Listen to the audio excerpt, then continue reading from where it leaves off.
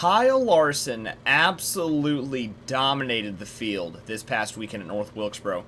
But what does it mean for the future of this track and the All-Star race?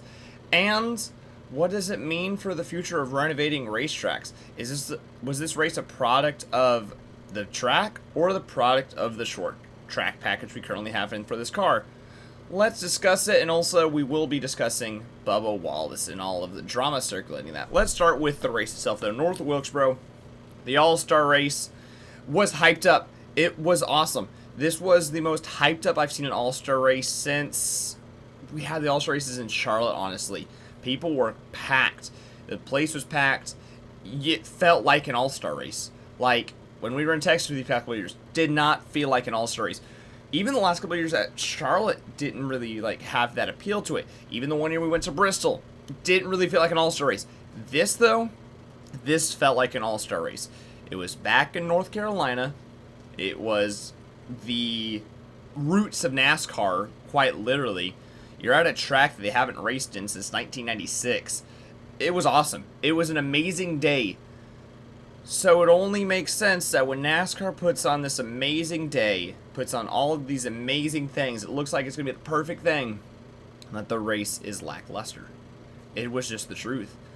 The passing was very difficult yet again, as we've seen with the next-gen car with the short track package, except for one driver where Larson actually started this race, I believe in P15, P16, immediately was struggling with the car. A caution came out early. He then took 4 tires on that pit stop right there. No, not a lot of other people came in. I think only 2 other people came in with him. Took tires, and drove through the field. Literally went from dead last to first.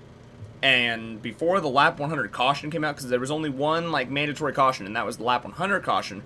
Before that lap 100 caution came out, Larson had a 12-second lead over second place Bubba Wallace. That's insane. Larson was just fast. It didn't matter what was happening. It was going to take someone wrecking him to win that race, and nobody touched him.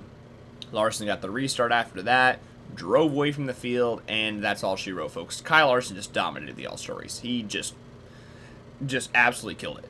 As he said, that's an old-school ass whooping. Kyle Larson was great. I was very impressed with Kyle Larson. He came out and showed out like crazy. He was really, really good. And that's something that the field does not want to see, because when Larson starts getting this confidence, he starts rallying off victories. So keep an eye on everything, especially as we hit the summer stretch where Larson has been notoriously very good at, but I don't want to get too far ahead of myself. Larson, though, had an amazing day at North Wilkesboro. Now, to talk about the race itself and what my opinions are. Was it the track's fault, or was it the package's fault? I don't think this was a track issue. I think the track was really good, actually. Look at the truck race. Truck race put on an amazing show. Look at the late models that were ran earlier this week, too. They put on a great show. Everything that raced this weekend put on a great show, besides the Cup Series. And that's for a reason. It's because, just straight up, the Cup Series short track package is awful. It really is. It's not good at all. It is a really bad package.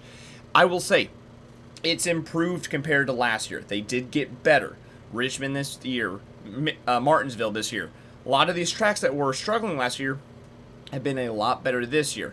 However, the big negative is it's just not enough. It doesn't matter, because the car is not good. And when you go to a short track that we have not raced on yet in this next-gen car, so people don't really know how to even get it set up properly with how this next-gen car works, it's just going to bring a bad product to the racetrack, and that's what we got. That's quite frankly literally what we got. We just got a bad product, and it really did stink. And the downside is it could definitely lead to a lot of fans, and hopefully not. We didn't see too many drivers say it, but it kind of puts a negative look at North Wilkesboro.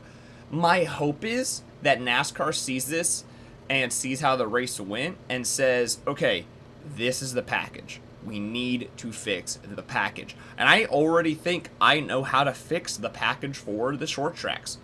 You have got to add horsepower to this car, and you have got to add the ability for people to be able to move each other. You add that horsepower, first off, you have that horsepower. People were complaining. I know you couldn't even get half throttle already at North Wilkesboro. Here's the thing, though. You add more horsepower, when somebody wants to go move somebody, they can use that horsepower to go move somebody. That's a huge game changer right there. These cars, Boyer and Darrell Walsh were talking about it during the broadcast. That half an inch they have on the extra tire, it's half an inch thicker than the old tire. That's a huge difference, and it lets that car stick a lot more when you're getting bumped. There's no such thing as an easy bump and run. If you want to bump somebody out of the way, you have to go hit them hard. And honestly, with the horsepower this car currently has, it's not easy to go hit somebody hard, so you have got to be on top of it. I think NASCAR just needs to add more horsepower to these cars, and we could have a really good short track package. I'm sticking to it. I like the cars. The short track package just needs to get changed. I already like the road course package that they introduced this year. We saw it at COTA. We'll see it here in a couple weeks when we go to Sonoma. But the short track package, we'll see it again back in action at Worldwide Technology, if I'm not mistaken. So that'll be another big tester of how good is this package, truthfully. I'm very interested to see everything. Now, to also address everything that I've seen other people talk about, Bubba Wallace. On pit road after the race at North Wilkesboro, Bubba Wallace just flipped the bird. It looked like he was just flipping it to a friend as a joke. NASCAR's not penalizing. I'm not fining him. That good call by NASCAR.